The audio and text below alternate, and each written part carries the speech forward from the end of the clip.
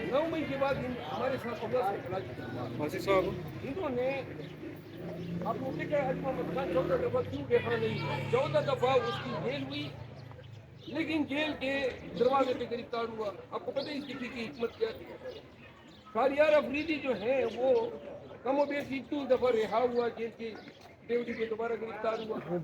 परवेज इलाही को आपने देखा अभी तक नहीं निकल सका।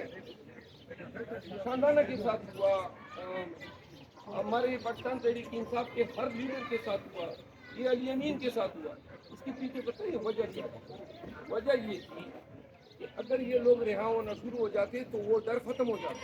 वो ये बताना चाहते थे कि हम आपको पकड़ भी सकते हैं और कोई माई के लाल छुड़ा भी नहीं सकता।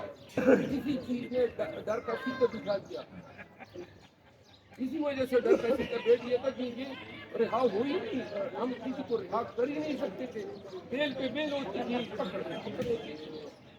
अब जो है वो जो खौफ था, वो बच्चों को जो है उनको आप अपने मुअज्जिन बना दें, वो अजाने दें अपनी प्यारी आवाज़ों में, लोग कौम को बताएं, अपनी खवातीन को कहें।